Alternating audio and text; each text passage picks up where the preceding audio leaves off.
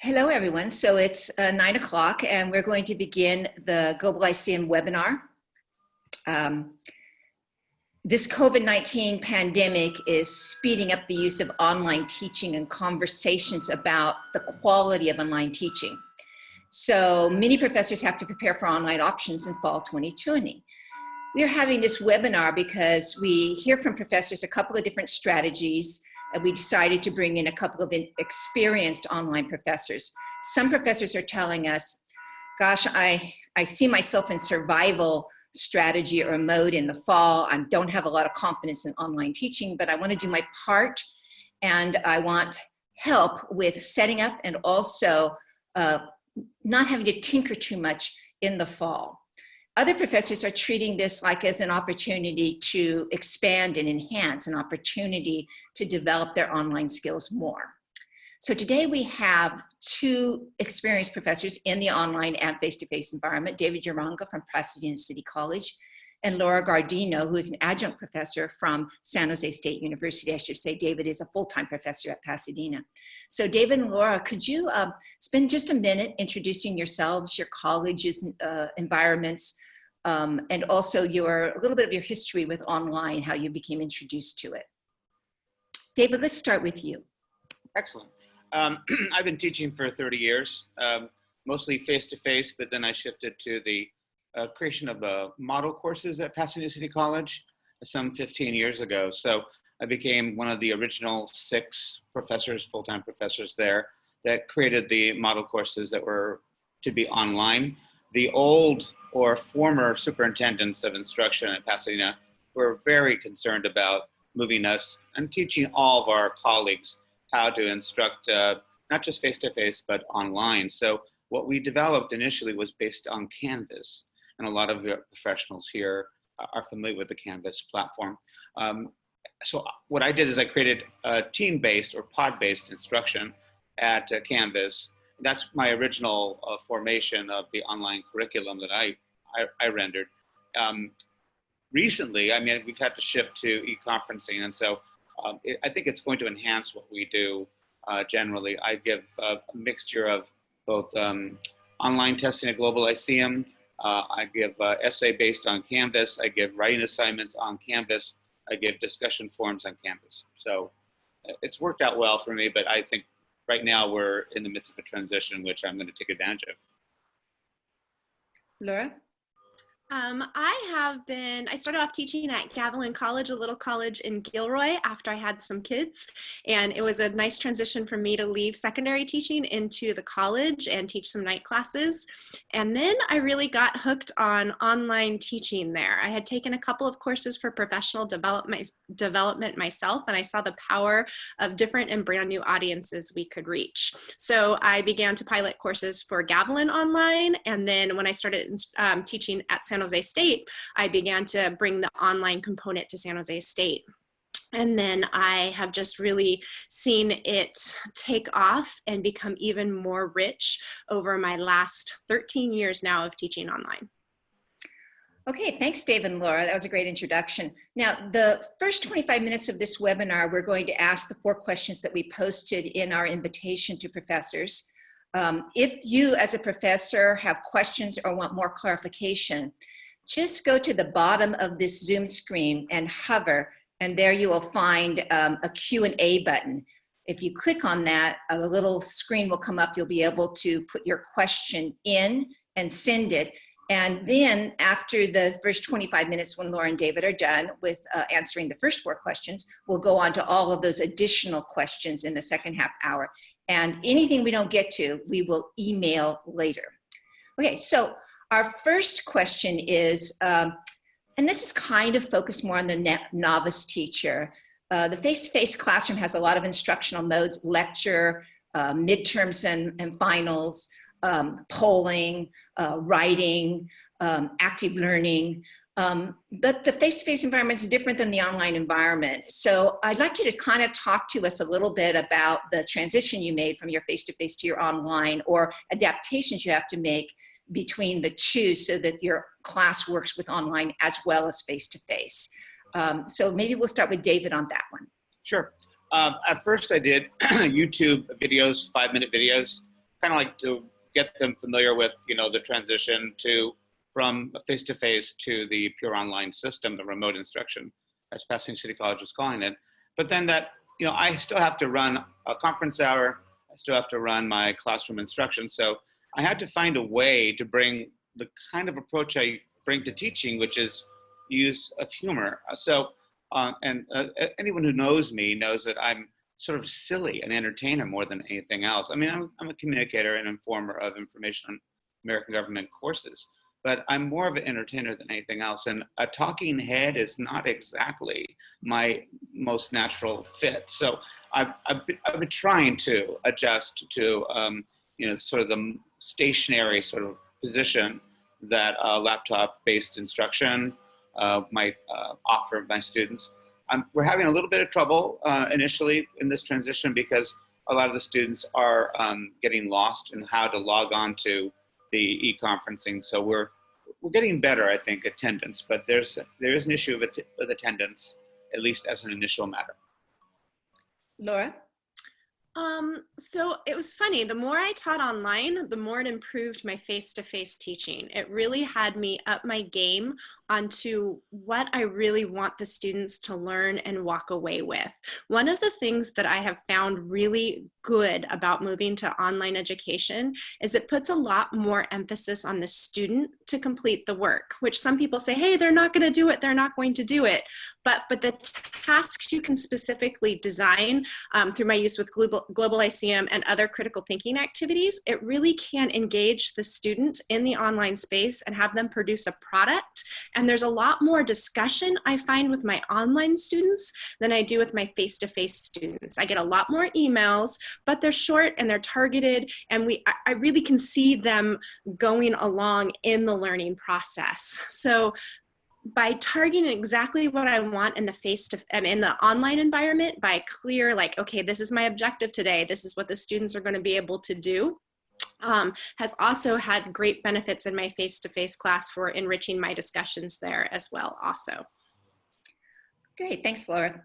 So we've had a couple of questions that professors posted just before the webinar asking a little bit about secure online tests and quizzes.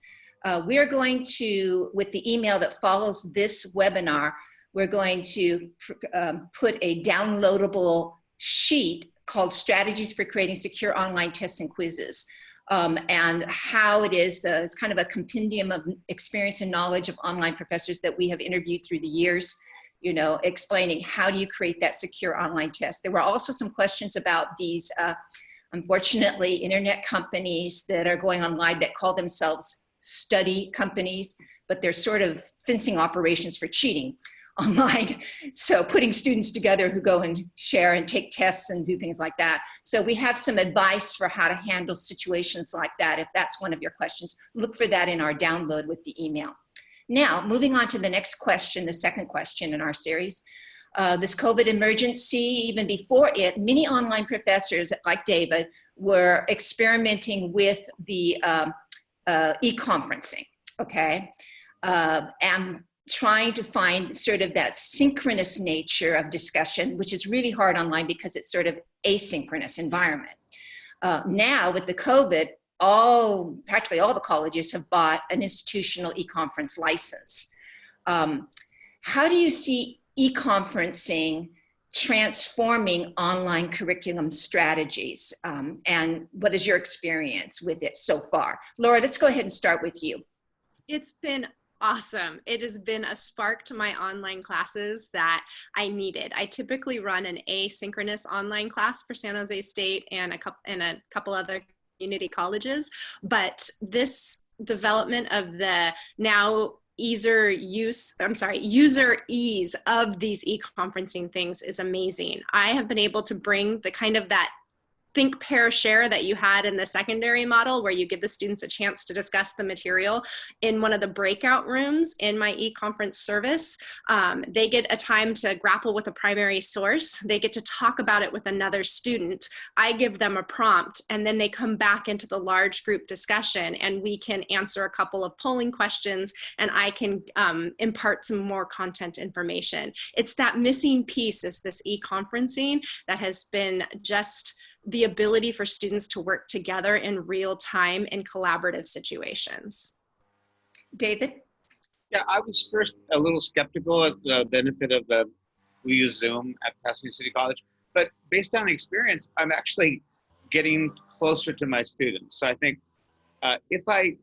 and the way it's worked out, the smaller groups of students, like 10 to 12 per session, are actually deepening my ability to help them, because a lot of what we do at the City College is, sort of the fundamentals in American government. We're trying to have them do the readings, which are also primary sourced at times through Globalizing, thank goodness. And we're also trying to have them do short essays, long essays. They're doing discussion forums, but when I'm having them do writing activities, I'm actually able to help them on a one-to-one basis. And it's much easier. I also record the conferencing, and those records and transcripts go right onto Canvas. So they get, in case they miss the class, or they are working, or something happened in their family, they are not going to be held accountable for that. I think it helps those who are not there also. So I think it's deepened everything I was doing, which I was surprised. Okay, so no, actually in Globalizing, like many online businesses, and publishers, we use a lot of e-conferencing. I and some of our employees do 25 e-conferences a week, a lot. It is a modern way that modern businesses do grouping together. So we've created another downloadable sheet that talks about the advantages and disadvantages of e-conference, what David found with the smaller group, what you'd have to do in a big class, what you have to do in a small class, that we know just by doing just hundreds of e-conferences through the years. So look for the download on how to use Globalizing activities, recommendations for e-conferencing in online classes, okay? So now let's go to the third question, which is the role of active learning. Many professors before this webinar were asking about how do I engage students and stay with it in the online? How do I get certain motivation? How do I keep them deeply involved in the class? So one thing that Globalizing prides itself on is active learning. This is what we've put a huge amount of effort into. And recently, we just added a new software that allows our professors to take active learning assignments and also all of our assessments. And basically, it's a software for group grading. So you can put the groups together and they can actually submit as a group and all of the students receive the grade. So anyway, let's go ahead and start with David on this one. David, what role does active learning assignments and group learning potentially, what kind of a role could it play in an online classroom? And do you think it adds more of that face-to-face feel to the online class? Well, I set up on Canvas initially the what's called the pod sort of approach or team approach anyway. And so what I was frustrated with before, some 12 years ago, when I first started doing the model courses, was that the team captains were good, but the rest of the members would shirk or they wouldn't engage in collective action within each of those pods. With the e-conferencing tools, with perhaps enhancement at Globalizing and all the video work that's there, perhaps we can reinvigorate that whole team pod sharing information. And with the conferencing, I can work with the captains, I can work with the members and see them and talk to them individually instead of doing a class. I have a class right now of 80. I mean, to break that down is going to be very essential. And so the e-conferencing, either through, Zoom or Globalizing would be great. And that'd be an enhancement for me. Laura? So I did a lot of primary source activities in my face-to-face class when I was teaching those night classes early on, and it was always missing something. The discussions kind of ran flat or they weren't very invigorating, and I didn't know what was going on until I got a hold of some of these primary source activities in Globalizing.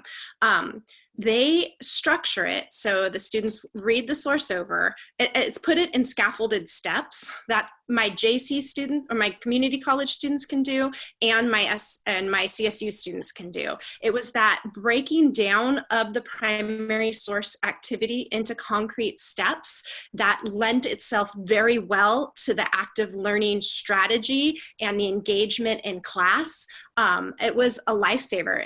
It really helped my face-to-face and more my online classes, because it helped them break down the sources so they had richer discussions, so they were able to write better, so we could stop and have those meetings and talk about that source or that question or dive deeper into it. It just gave them the tools to be that self-guided learner in a very doable fashion. Great. We get tons of questions about engaging students. So thank you, Dave and Laura, but we're going to also post another sheet talking about how to use Globalizing activities and labs in online courses. So specifically that step-by-step approach that Globalizing activities have, how you use it in the online course, and also how these breakout sessions that Dave and Laura have been talking about in e-conferencing really lend themselves to active learning, really lend themselves to that. So now the fourth question has to do with college administrators being nervous in the fall, because whether or not college is open, or they physically open, or they stay online, which many colleges in California have already announced that they will stay online through the fall, especially the big universities. Many administrators are nervous about the entire college or a big chunk of the college going online or going hybrid in some way. There's a lot of discussion about ways that we can do this coming up fall. And they're concerned about, will the professors be teaching a very enriched class online? And will the students be showing up online, okay? And what are things that professors have to do, or what would be the pitfalls? So what do you think professors can do to assure administrators that their online class has the depth and quality of the face-to-face class? I think I'm starting with Laura this time. I'm not sure. Go ahead, Laura. So the new buzzword at my colleges is regular effective contact. And that's been written into policy and whatever. Basically, what I think it boils down to is lots of contacts and connections with your students, which if you are participating in your online class, that happens naturally through your announcements, through your email response, through your grading and comments that you give there. I actually was evaluated this year for the first time at the CSU system, and my department chair was blown away by what I was doing and the amount of work that I was asking my students to accomplish in a week. And with the tools that are embedded in Canvas and Globalizing, it's really easy to find some shortcuts so you're not breaking your back, but also provide, again, the students are doing more work sometimes than they would in the face-to-face class, and it's really encouraging to see what they can do. So that regular effective contact is easily you can easily document it and show what you're doing, but you also get some pretty rich results. Like I was able to show off quite a few of my students' work, and he was super impressed. Great. Dave? Yeah, I think I agree. I think that Canvas requires effective contact there with your discussion forums and whatnot. Globalizing has skills and tools that you can use. I'm going to try to deepen my time with the e-conferencing dimension, so that the teams that I reinstitute, because I've kind of got away from the team sort of option, because the students were not engaging on Canvas enough.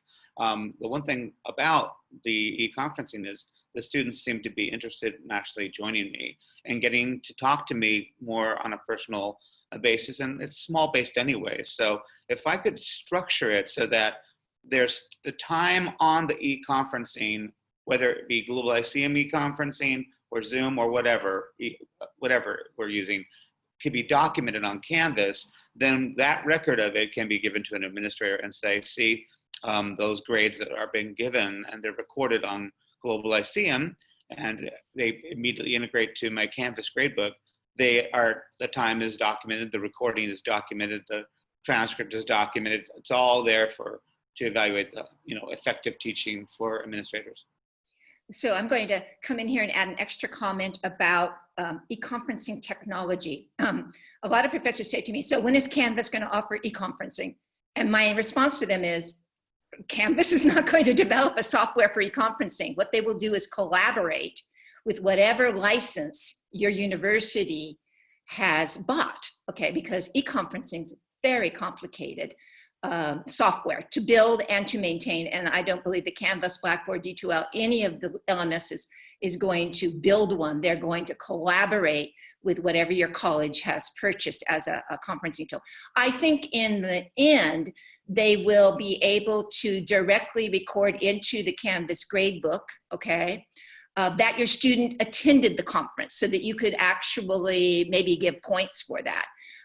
Whether or not they'll be able to tell you the amount of time the student was there could be problematic, but of course on the e-conference, you know perfectly well that you can see, okay, if everyone's using a webcam, you can see who's there and who's not there, and you can count them up, and you'll also have a list.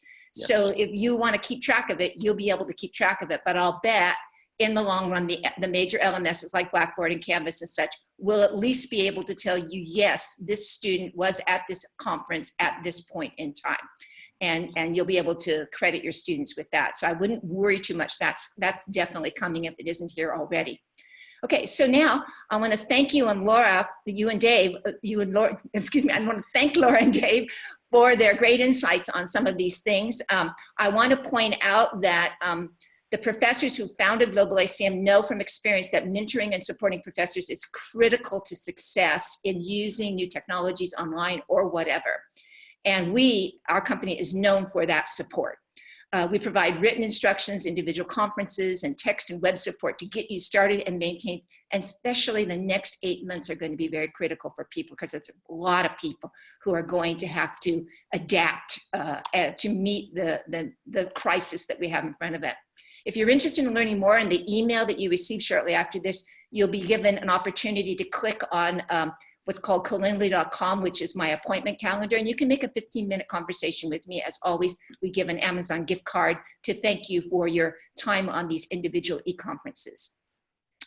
So now let's go ahead and go to some of our questions, and I'm going to go and look in the Q&A. Okay.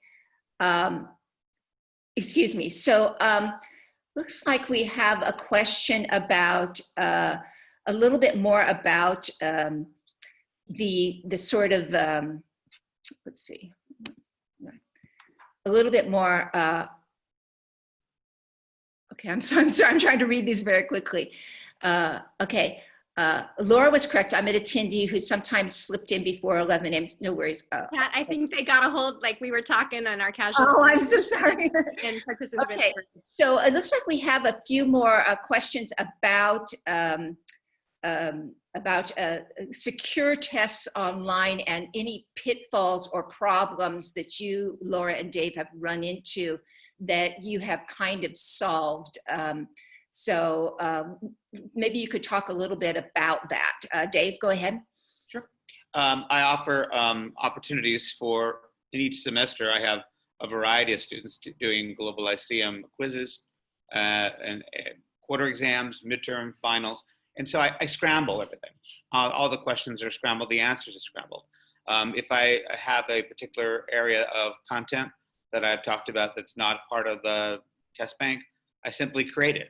And Globalizing can allow me to do that. So I've integrated, Globalizing is very effective for all, both objective and subjective examinations. So the short essay and writing activities that are there, they have, they do help us sort of administer students in a large amount.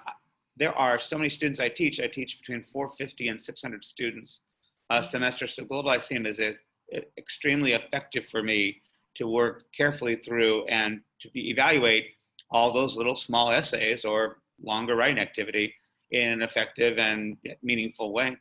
So that's why I try to scramble the questions, and I don't ever ask the same question twice in a semester.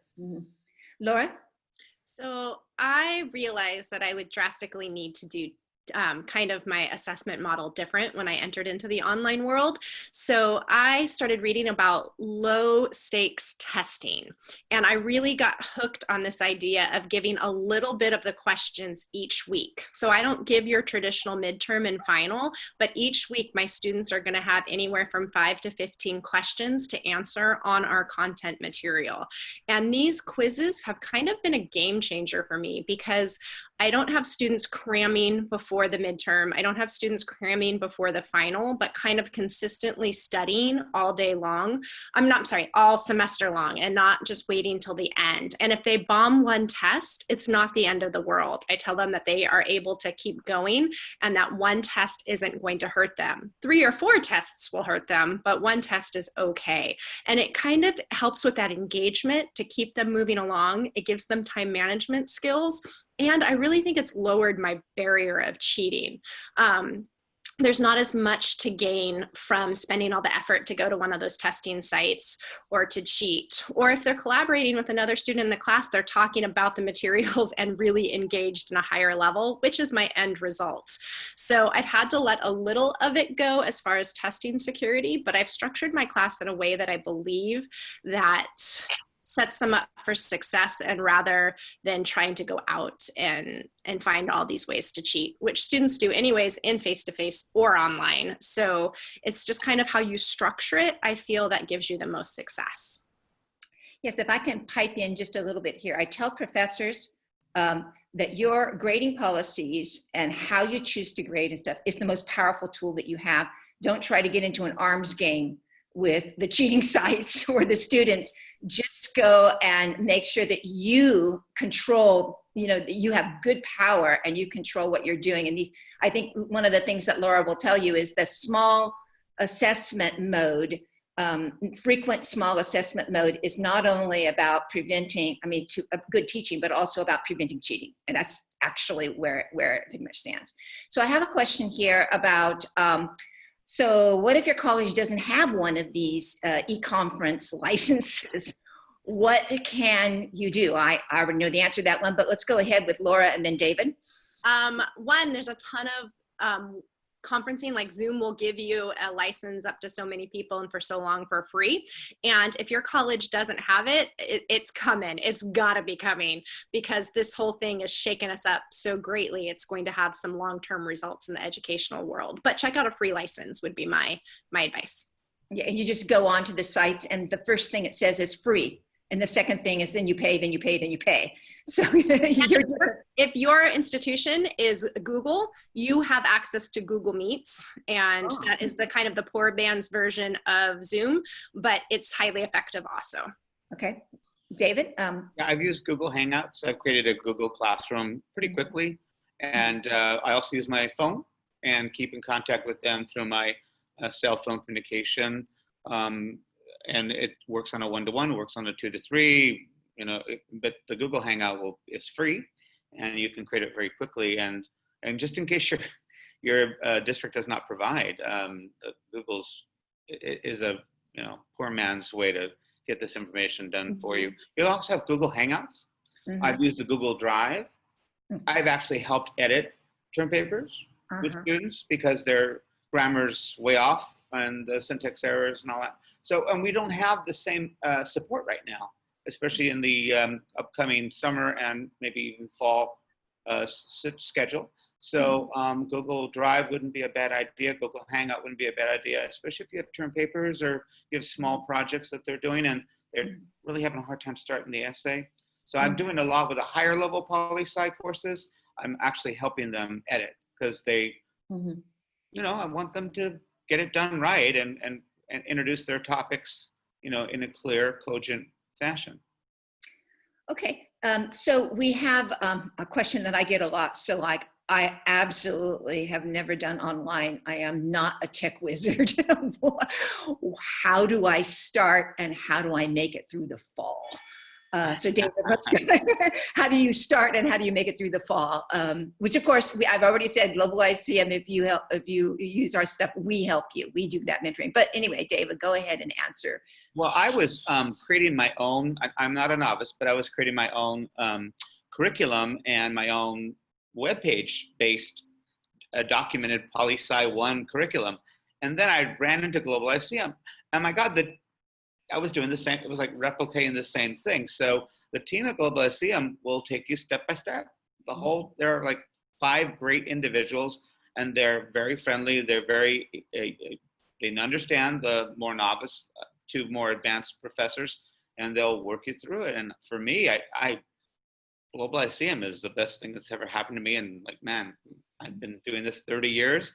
It's a great system. So, but it's about ease, and I would take it step by step. But definitely come up with your syllabus first. Put up, all your Word documentation together. Lay all your curriculum, what you're going to do, the testing, and sort of lay out the entire semester and fall, what you'd like to see in 16 weeks. If it's a 16-week course, if it's an 8-week course, it's compressed. But and then provide the Globalizing people who will help you and get you started. I think if you're doing it on your own, start slowly, baby step it. But I'd go Google Hangout. Laura? So it's crisis mode. So my advice to you is to find something that's already prepared, like Globalizing or some other resource, and then you add your voice into that. I think both what David and I found with Globalizing, obviously, is that we were able to take the standard content materials that fit our SLOs and PLOs and all of our O's, and then put our voice into it in our very unique way. David with his humor and his video and his connection, me with really making sure that my students are having those measurable skills or those quality term papers or whatever. So find something that's there and build upon it. Don't recreate the wheel, especially if this is brand new. You can spend hours and hours developing stuff, but odds are the online frontier has been here for a good 15, 20 years of solid online education now. You don't have to invent everything. Those tools and whistles are embedded in Canvas, and in Globalizing kind of gives you the content to get started, and you're able to tweak and add your own voice, which saves you hours of frustration. Okay. So I have another question about, so what is this breakout rooms thing? So Laura, go ahead, and maybe you can a little bit, I believe not all e-conferencing sites have it. I believe that Zoom has it, which happens to be the most popular. I'm not sure about WebEx, but anyway, can you explain how that breakout room idea, why do you think it's a game changer? Particularly to learning or whatever. So bummed when my school didn't get a Zoom license. They just kept Google Hangouts, which is now Meets, because Google Meets, you can't put students into individual rooms. There's a workaround, but it's super cumbersome. In Zoom, I can say, okay, randomize, you're in a group of 4, and we're all in the main conference like we are right now. And then I hit open breakout rooms, and all of my students go into small groups that are in the same session, but no one can hear them. So they're just talking in small groups of 2 to 4 to 5, whatever you design. So I'm here in the main session. They have a task to do in their breakout group, a primary source to discuss. I can hop in to individual breakout rooms if they raise their hand and call me, or I can stay in here and students come back in gradually, or I can close the breakout room. It's really, that was a poor explanation of it, but it does a great job of allowing you to have small group discussions in the synchronous section, session. It's awesome. So Laura, is this pretty similar? I just want to follow up. Is this pretty similar to a face-to-face grouping that you do in your classes? Is it pretty close, or is it almost the same? Almost the same in my opinion. Because I was kind of sometimes in the face-to-face classroom when you have groups, you've got a lot of talking going on, and it's sort of irritating other groups, you know what I mean? And so one of the professors was telling me, it's actually sometimes better because it's more private online. Would you say that that's true? Yes, and then with group grading in Globalizing or the Google tools that are embedded in Canvas, you can give them a task that they can collaboratively be working on, a whiteboard or a document that they then can turn in, and you can automatically share with the class. It eliminates a lot of the inefficiencies that you have in the face-to-face discussions with the background chatter or the inability to share out and visually see it. It can really streamline your discussions and be very targeted. Mm-hmm. Dave, did you want to add something to that? Well, I haven't used it extensively yet.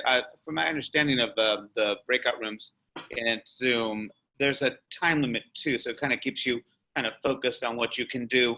And I will probably use it during the summer sessions for when I'm e-conferencing and targeting the breakout room, but just for a couple of questions and just to kind of get an idea where everyone's at, especially if we're looking at in the summer, it'll be like the national conventions time, you know, the DNC and the RNC stuff, and probably the path toward the nomination for both parties. So I have not used it enough yet, so I'm looking forward to it. But I thought there was a time limit to the Zoom breakout period of time, like a minute or a minute and a half. So that if that's true, then that will help you, because that you're not going to have them talk for so long that it becomes distracting. You can't bring them back together. So it's true if you have the free license. If your institution has a license, I can keep it in a breakout room for up to 30 minutes. Okay, good. And I think I can even extend that. So the free license is like 1 minute. Is that right? And the institutional license, if your university has it, make sure that university has the right thing. Sometimes college administrators, they don't know how people teach, or they forgot how people teach. I'll double check. Yeah, right. And the good thing about this is I bet you all of those other e-conferencing sites catch up rather quickly. Very quickly, they will. They will. I mean, it's an arms race right now. And Zoom is ahead, and they're going to try and catch up real quick. I have even heard that Microsoft is trying to get into the game. So.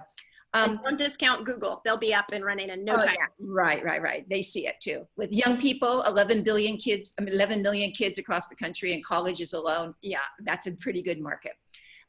So another question has a professor's asking, so, you know, professors have put, you know, in my face-to-face class, I put a lot of effort into developing lectures.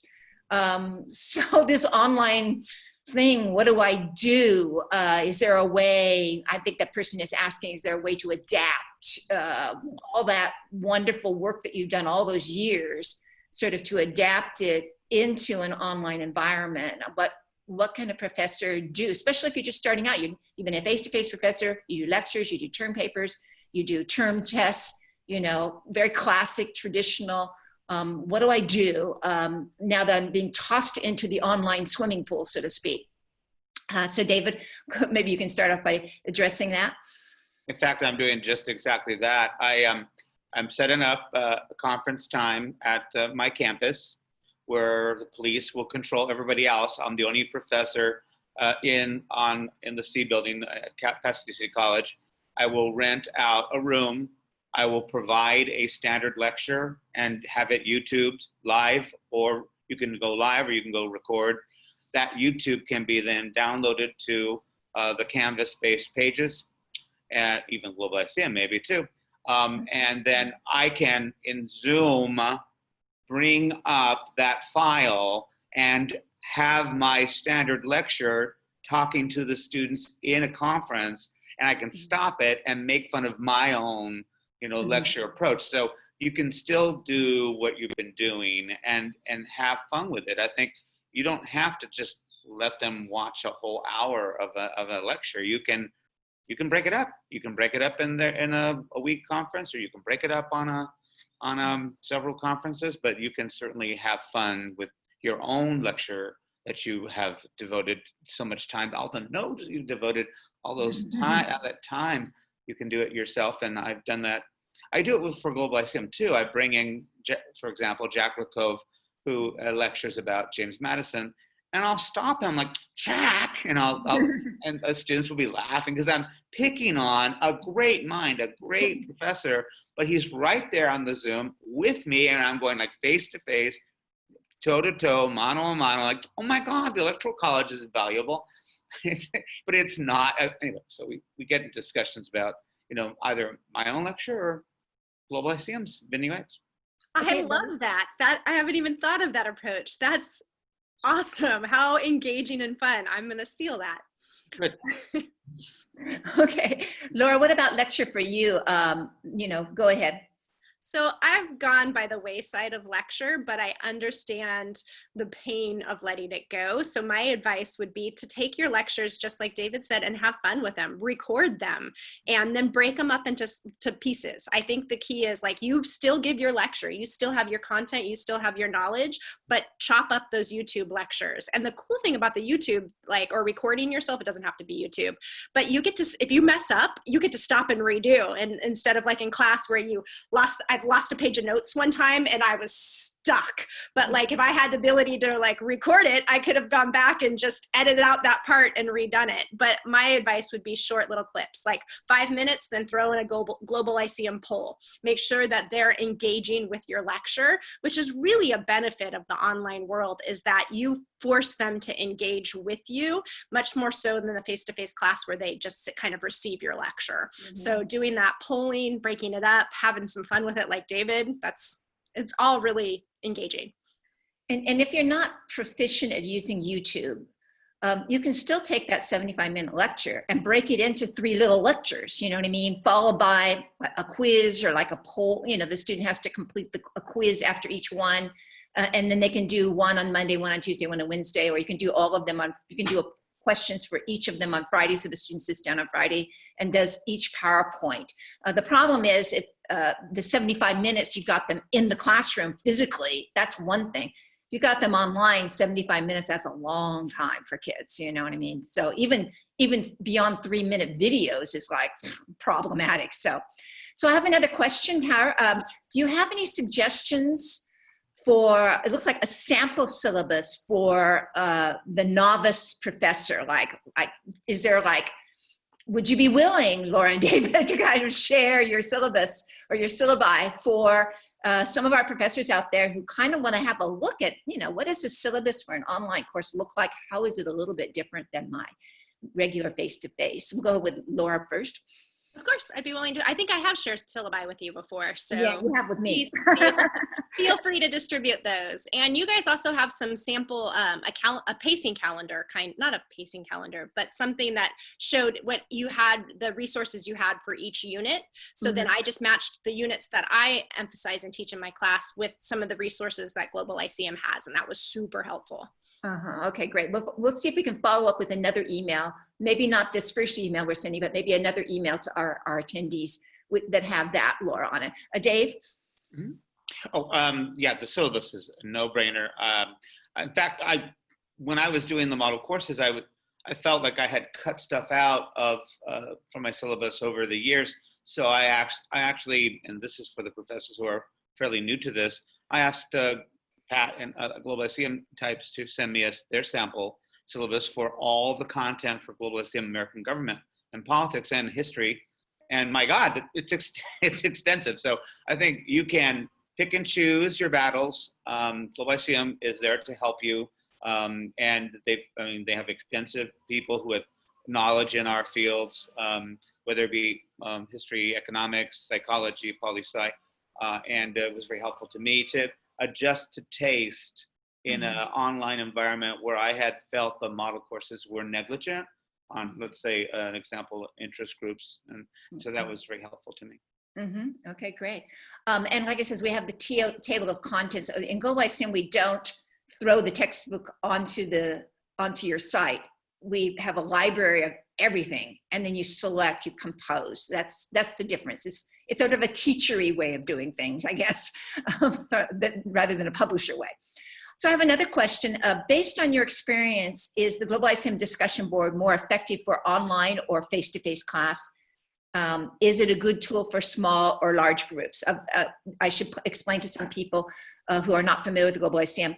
You have discussion board on Canvas or all your major LMSs. We built discussion board in Global ICM because early on, when we first developed the site, we had a lot of professors who didn't want to hunt didn't want to jump around between LMSs. We have many professors who were teaching at several colleges, and they were having to learn the LMS for several colleges, and they just wanted to have one for all of their sections. So we built the discussion board into Globalizing. But in any case, go ahead and Dave, why don't you start off with the Globalizing discussion boards? Right. I think that would be a great modification for my courses to go and create the same discussion boards I have on Canvas right now, because I'm not moving around. I've been teaching at Pasadena City College for 30 years, so I don't have that, that challenge to a freeway flyer driving around the basin. So what I've been doing is I've been using Canvas for the discussion posts. However, Globalizing seems to me to be easy to convert from moving from Canvas LMS to Globalizing and creating my discussion posts there. That would not be a hard thing to do at all. My only concern is time, because I've been told that I need to document my time and have it on activities on Canvas. That's the only reason why I haven't gone and created discussion board work forums on Globalizing. But considering we're moving to much more e-conferencing and maybe next year more online instruction, I'm thinking it's time to move to Globalizing and create my discussion questions there as well. Laura? I was one of those freeway flyers, and my institution in the beginning, before Canvas became the IT platform, I think we went through 3 or 4 different ones, and each time I lost all of my threads, and that was so irritating to have to spend hours recreating that. So Globalizing was a game changer. But I think the question is asking, was it more effective for online or face-to-face classes? And both. Like, the tools that you use online and you get really good at, because they really sharpen that whole student interaction aspect, make your face-to-face teaching even that much stronger. So when I was doing my lecture classes on campus, I would have students fill out a discussion form about our reading before they came in, and then take a quiz before they came in. So when we got to class, there were already a lot of background knowledge having been acquired, so they were able to participate fully in a rich discussion. So the discussion board can be used for both. I know that it's getting a little tired at the online level. Discussion boards are used for everything, but I think now with this group grading that Canvas and Globalizing and all these tools are integrating, and with the synchronous sessions, it's going to really be helpful to help students come prepared to the discussion. Yes, I think that the discussion board, which is an asynchronous form of communication, it is not a synchronous form of communication, is going to be a little bit shoved aside when professors can do e-conferencing with facility. I mean, that doesn't mean that it's going to change tomorrow, but it does mean that gradually, I think the discussion boards might be a thing of the past. However, I have had professors explain to me that they kind of like discussion board with their more shy or their more reticent students. So they open up a discussion board, and those students, they feel, end up participating more because they're kind of afraid to do so in the face-to-face class, and they're afraid to do so on an e-conferencing. So there'll still be, the discussion board can be sort of a private place, okay, for students to come on board.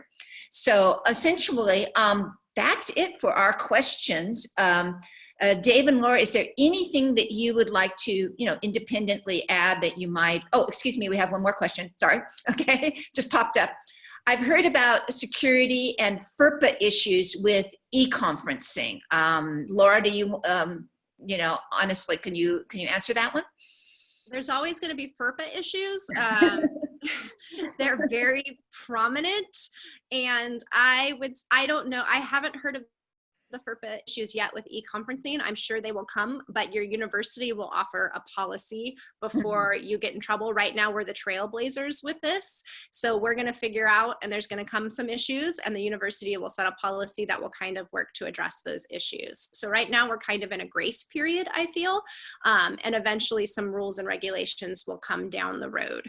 But right now, I think as long as you are being safe and only admitting people into your synchronous sessions who you know, and not publicizing this stuff without under a password protected site, you should be fine. So like the YouTube videos that David does of his class, it's under Canvas's password protection, so it's not public. So you're not violating FERPA issues as long as it's inside the course. So that would be my word of caution, is make sure your material is password protected. But other than that, wait for your university to come up with a policy. Mm-hmm. Yes, David, let's go to you. But this other aspect of the question, which is security, I don't quite understand, but perhaps you go ahead and speak to FERPA security, whatever, with regard. Yeah, I initially, when I was using YouTube, I was going live, and that is public. And so that I got comments from Russia. I got comments from individuals who are not part of the class. I'm like, okay, exit. So you have to be mindful. Whatever work you're doing on, videotaping yourself, you have to place it within the password protection of the Canvas system LMS you're using, which I think is Canvas most, but it could be Blackboard still. I still get notification from Blackboard, but there are protections there, and that will safeguard the integrity of the process. And David, I think you're able to go online, no problem, because it's yourself. I just think we have to be careful with students online. Right. I would love some comments from Russia. Bring it. And tell us who's going to be the next president. That would be good. Zoom bombing. Zoom bombing. I think that might be referencing or extending the question about security. Zoom bombing. Honestly, this one you're going to have to inform. David, do you have any comments on this, Laura? Zoom bombing? I have a story. Go ahead, David. First, go ahead, David. Okay. I just make sure that you understand that whenever a student has a Zoom link which invites them to a meeting, it's within their classroom setting. So it's only the students in that particular course record number that have access to each Zoom time that we launch. Laura? So my kids' school our county had a open forum during the beginning of this crisis, and they posted on Facebook the Zoom link, and they got horribly, terribly Zoomed bombed with adult content. So our area has quickly tightened up. And what we have discovered that was effective against Zoom bombing is simply enabling a waiting room before you come in, and make sure that anyone that you allow into your Zoom session has a recognized name. It's a little bit harder for large courses, but if you're in a large course, you're going to have a tool like Canvas, which is already connected to your e-conferencing system. So you go through those channels. It's just, you can't publicly post the link in public spots. Okay, all right. So if we don't have any more questions, go ahead and click that real quick. David and Laura, is there anything that we've sort of missed that you want to cover, or something that you want to throw out there? Is there any particular thing? I mean, I think that you've been interviewed to death here, but let's go ahead and see if you've got anything else that you want to throw out there. Laura, we'll go ahead with you. I want to highlight what David said. David said to start slowly and don't recreate the wheel. Use the resources out there and build them just like you kind of did when you first started teaching, or take your content and figure out simple ways to tweak it. Take those lectures you love and record them, and then chop them up, or record them in itty bits.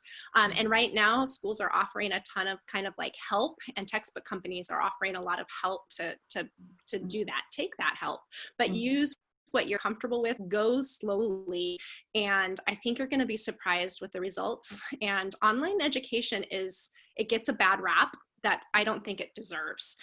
There's some quality interaction and quality learning that can go on, just like when you have phenomenal face-to-face instructors that do a great job in the face-to-face environment, you also can be a phenomenal online instructor. David? But to do that, you need a team. And the best team that I've discovered in 30 years of instruction is right here with Globalizing, baby. These people, the 5 or 6 of them that are behind the scenes, they are my right and left arms. Sometimes I try to veer off and take another book and use it for in a summer or winter session. And these major corporations that have IT people, they don't give you the time of day. But I've got a team here with Globalizing. I can pick up the phone or text, and whatever problem I'm having, it's solved. immediately. Thank you very much, David. So one of the things I want to point out to you, I don't know if anybody out there or Dave or Laura, you are Game of Thrones addicts. Okay, the famous television series that was on, I can't remember what it was on some channel on the cable. But in any case, yeah, there was a famous line in the movie scripts from those series, which was chaos is a ladder. Okay, meaning it's an opportunity to up your game or rise in the hierarchy of wherever you are. I think a lot of professors feel like, oh my gosh, it's going to be chaos in the fall. It was chaos in the spring. It's going to be chaos in the fall. The advantage of the fall is you've got 4 months to get ready, or the summer you've got 2 months to get ready. But sometimes chaos is really, I shouldn't say chaos, but disruptions or crises are an opportunity that you can say to your kids, look, I've not taught online before, but that's okay. I'm going to learn, and you're going to learn with me, and we're going to do this together. And what else are we going to do? We have to do this. And it's an opportunity for you to get used to using e-conferencing, which you will have to do when you go out into the modern world. You will have to do this. You'll have to learn. Why not learn it now? An opportunity for you to learn how to research, to do lots of different things that, maybe this hand holding that we do at the physical university, maybe this is an opportunity for you to expand yourself, And I think that you should take it to your kids in that way by saying, hey, crises, just like world wars, they go and they tend to upend everything, you know what I mean? And then there's kind of a new paradigm. Well, this is the opportunity, and we shouldn't push back on it. We should embrace it to a certain extent. So I think like Dave and Laura have found, is online has a lot of advantages. It is not to be the stepsister of college education. It can be absolutely out there in front. And there are certain things, like I think writing, which we haven't talked a lot about, writing, helping kids with writing, you actually might do pretty well with online, a little better even than a face-to-face class. I would think that that is an opportunity. And here at Globalizing, we're thinking about other kinds of webinars we can do that are more specific to specific things, and helping professors, mentoring and helping and sharing and giving advice and telling them what other people are doing. That's one of the services that we provide, besides just getting you into your right textbook, into your right source manual, into your right working shops, into your polling, into whatever, okay? So I think we have no more questions. So I really want to thank Dave, Laura, you're fabulous. You're great teachers. And, if anybody has any questions for Dave and Laura after this, just email them to Jason Carledge or me. And we'll go ahead and we'll submit those to Dave and Laura. And I'm sure that they'll be really happy to answer those on email. Okay. So thank you so much. Really appreciate your time at this conference. Look for the follow-up email with all kinds of really good information in it. Okay. Thanks so much. Bye-bye.